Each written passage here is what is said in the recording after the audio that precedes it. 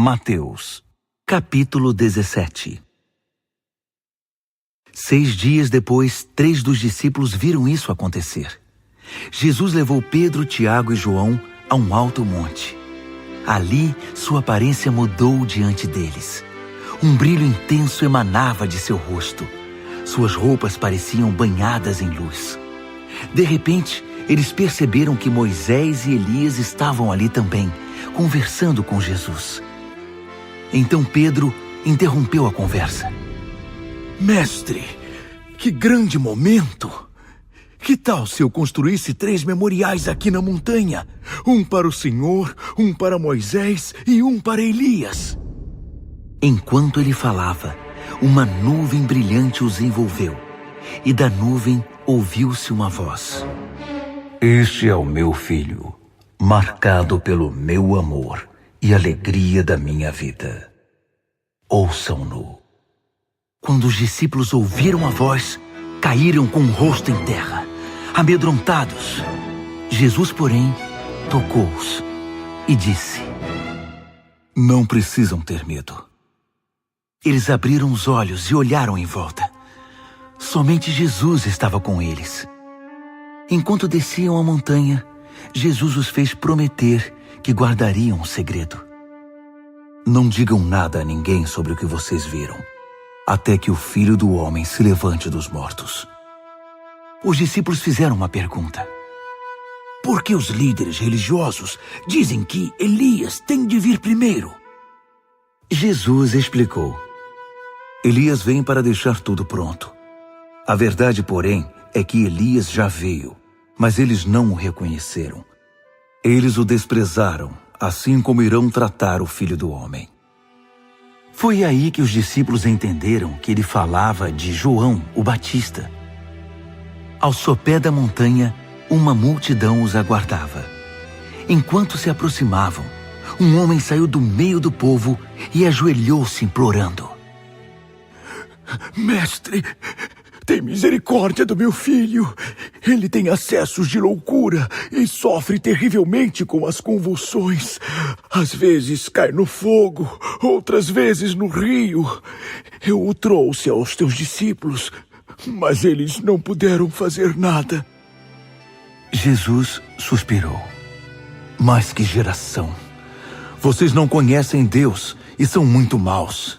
Até quando vou ter de aguentar esse tipo de coisa? Quantas vezes ainda vou ter de passar por isso? Tragam o menino aqui. Ele ordenou que o demônio que o afligia saísse. E o demônio foi embora. Na mesma hora, o menino ficou bem.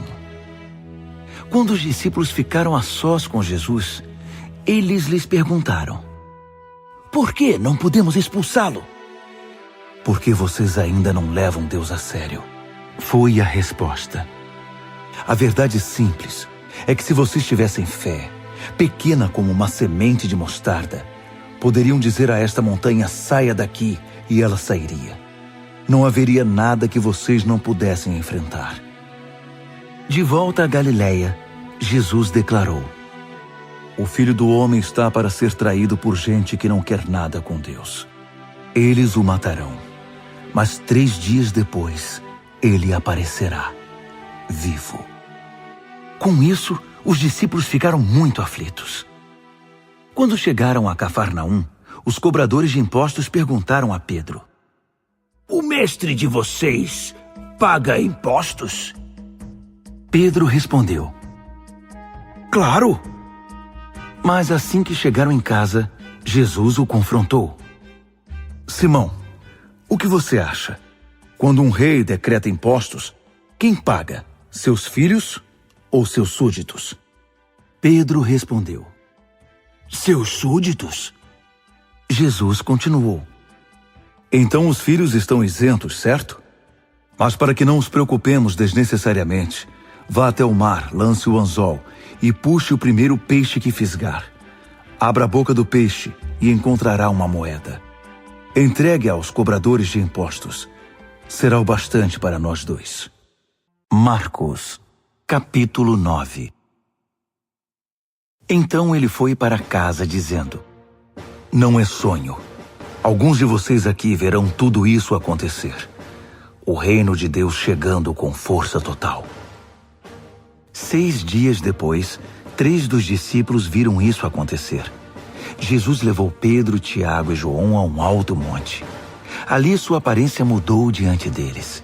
Suas roupas brilhavam intensamente, de uma brancura tal que ninguém seria capaz de produzir.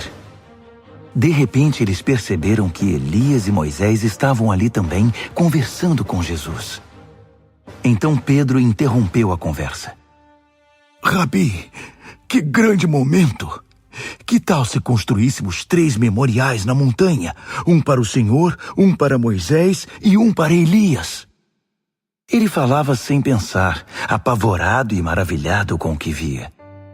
Naquele instante, uma nuvem brilhante os envolveu, e da nuvem ouviu-se uma voz.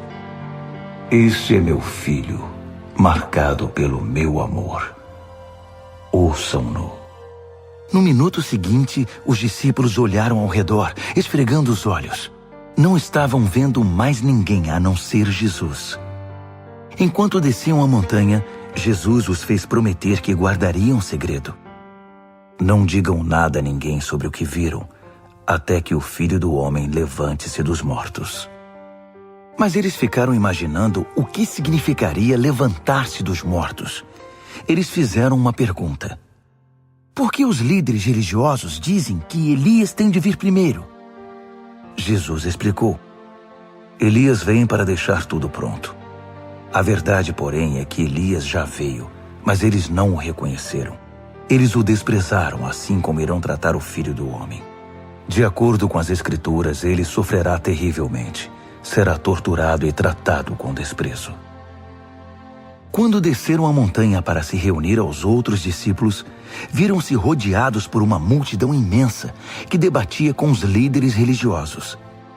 Assim que viu Jesus, o povo ficou animado. Correram para ele e o saudaram. Ele perguntou: o que está acontecendo? Por que toda esta agitação? Um homem da multidão respondeu: Mestre, eu trouxe meu filho que foi deixado mudo por um demônio. Toda vez que o demônio se aposta dele, joga-o ao chão. O menino baba, range os dentes e fica rígido como uma tábua. Falei com teus discípulos, esperando que o libertassem, mas não puderam. Jesus suspirou inconformado. Mas que geração! Vocês não conhecem Deus. Até quando vou ter de aguentar esse tipo de coisa? Quantas vezes ainda vou ter de passar por isso? Tragam o menino aqui. Eles o trouxeram. Quando o demônio viu Jesus, apossou-se do menino, que ficou babando e se contorcendo no chão. Jesus perguntou ao pai do menino: há quanto tempo isso acontece? Desde que era pequeno. Muitas vezes o demônio o joga no fogo ou no rio para matá-lo. Se o Senhor puder fazer alguma coisa, tenha misericórdia e nos ajude. Jesus disse: se eu puder, tudo é possível para quem tem fé. Assim que Jesus disse essas palavras, o pai do menino exclamou: eu creio, mas me ajude a vencer as minhas dúvidas. Percebendo que a plateia ficava cada vez maior, Jesus deu ordens expressas ao espírito maligno. Espírito mudo e surdo, eu ordeno, sai dele e não volte. Com muito estardalhaço, o espírito saiu. O menino estava pálido como um defunto, de modo que as pessoas começaram a dizer: ele está morto. Mas tomando-o pela mão, Jesus o levantou. O menino ficou em pé. Depois que chegaram a casa, os discípulos perguntaram a Jesus: por que não podemos expulsar o demônio? Ele respondeu: não há outro meio de se livrar desse tipo de demônio, a não ser com oração. Saindo dali, viajaram pela Galileia. Jesus não queria que ninguém soubesse de seu paradeiro, pois queria ensinar seus discípulos. Ele anunciou: o Filho do Homem está para ser traído por gente que não quer nada com Deus. Eles o matarão, mas 3 dias depois ele aparecerá, vivo. Eles não sabiam do que ele estava falando, mas tinham medo de perguntar. Eles foram para Cafarnaum.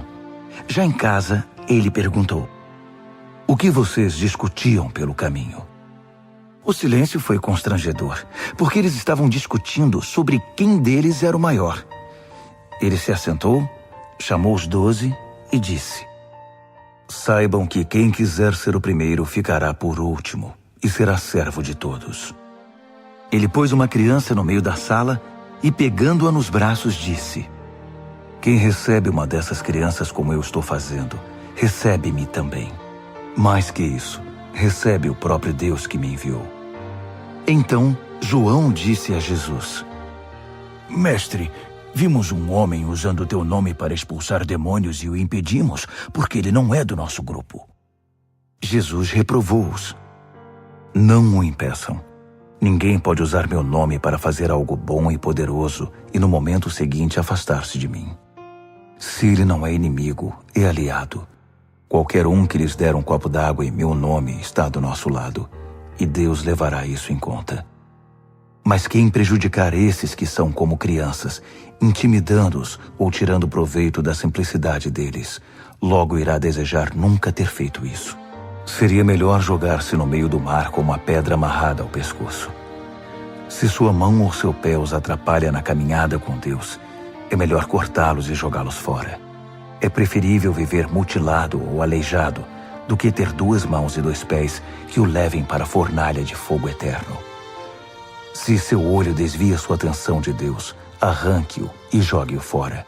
É preferível viver com apenas um olho do que ter uma visão perfeita no fogo do inferno. Todos cedo ou tarde irão passar por um fogo purificador, mas vocês serão preservados das chamas eternas. Por isso, preservem-se. Vivam sempre em paz. Cerca de 8 dias depois, Jesus subiu a um monte para orar e levou consigo Pedro, João e Tiago. Enquanto orava, a aparência de seu rosto mudou e suas roupas ficaram brancas a ponto de ofuscar a vista. 2 homens apareceram para conversar com ele. Eram Moisés e Elias. Que aparição gloriosa! Eles falavam a respeito da partida de Jesus para Jerusalém. Enquanto isso, Pedro e os demais haviam caído no sono. Quando acordaram esfregando os olhos, viram Jesus em sua glória com Moisés e Elias. Depois que Moisés e Elias se retiraram, Pedro disse a Jesus: Senhor, este é o momento sublime. Vamos construir 3 memoriais, um para o Senhor, um para Moisés e outro para Elias. Ele falava sem pensar. Nesse instante, uma nuvem brilhante os envolveu. Dentro da nuvem, todos tiveram profunda consciência da presença de Deus. Lá dentro, ouviram uma voz: Esse é meu filho, marcado pelo meu amor. Ouçam-no. Quando a voz cessou, eles viram Jesus sozinho. Por um bom tempo ficaram em silêncio. Nem mesmo entre si comentaram o que tinham visto. No dia seguinte, quando desceram um monte, uma grande multidão os aguardava. Então um homem gritou do meio do povo: Mestre, por favor, estou suplicando pelo meu filho, meu único filho. Um espírito costuma se apoderar dele. Ele começa a gritar, tem convulsões, fica babando e perde a cor. Pedi aos teus discípulos que o libertassem, mas não puderam. Jesus suspirou. Mas que geração! Vocês não conhecem Deus? Até quando vou ter de aguentar esse tipo de coisa? Quantas vezes ainda vou ter de passar por isso? Traga seu filho aqui. Enquanto o menino era trazido, o demônio derrubou-o ao chão com fortes convulsões. Jesus ordenou ao espírito imundo que saísse, curou o menino e entregou-o ao pai. O povo ficou perplexo e maravilhado diante da majestosa grandeza de Deus. Os discípulos permaneceram ali, ainda não recuperados do assombro diante de tudo que Jesus havia realizado. Ele anunciou ao grupo: O Filho do Homem está para ser traído por gente que não quer nada com Deus. Eles não sabiam do que ele estava falando. Era como se ele falasse uma língua desconhecida. E mesmo sem entender nada, tinham vergonha de perguntar o que ele estava querendo dizer. Começaram então a discutir sobre quem deles era o maior. Quando Jesus percebeu a importância que davam a isso, pôs uma criança ao seu lado e declarou: quem recebe uma dessas crianças como eu estou fazendo, também me recebe. E quem me recebe está recebendo aquele que me enviou. Vocês se tornam grandes pelo que aceitam, não pela opinião que conseguem impor. É o espírito de vocês, não a grandeza, que faz diferença. Então João disse a Jesus: Mestre, vimos um homem usando o teu nome para expulsar demônios e o impedimos, porque ele não é do nosso grupo. Jesus reprovou-os: não o impeçam. Se ele não é inimigo, é aliado. A hora de sua ascensão se aproximava. Numa atitude corajosa, Jesus decidiu ir para Jerusalém e enviou alguns mensageiros a uma cidade samaritana, a fim de fazer preparativos para a viagem. Mas quando os samaritanos souberam que o destino dele era Jerusalém, recusaram-se a recebê-lo. Quando ficaram sabendo disso, Tiago e João disseram: Mestre, o senhor quer que invoquemos um raio do céu para acabar com eles? Jesus os repreendeu: claro que não. Foram então para outra cidade. No caminho, alguém pediu permissão para acompanhar Jesus. Com o Senhor, irei para qualquer lugar. Jesus foi incisivo. Você está mesmo pronto para me seguir? Saiba que não costumamos ficar em boas hospedagens. Jesus disse a outro homem: siga-me. Ele respondeu: tudo bem, só que preciso de alguns dias. Tenho de acertar a questão do sepultamento do meu pai.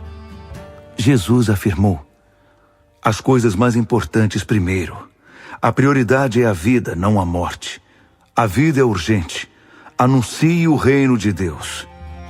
Outro declarou: estou pronto para seguir o Senhor, mestre, mas antes preciso acertar as coisas lá em casa. Jesus reagiu: sem adiamentos. Nada de olhar para trás. Ninguém pode deixar o reino de Deus para amanhã. A oportunidade é para hoje.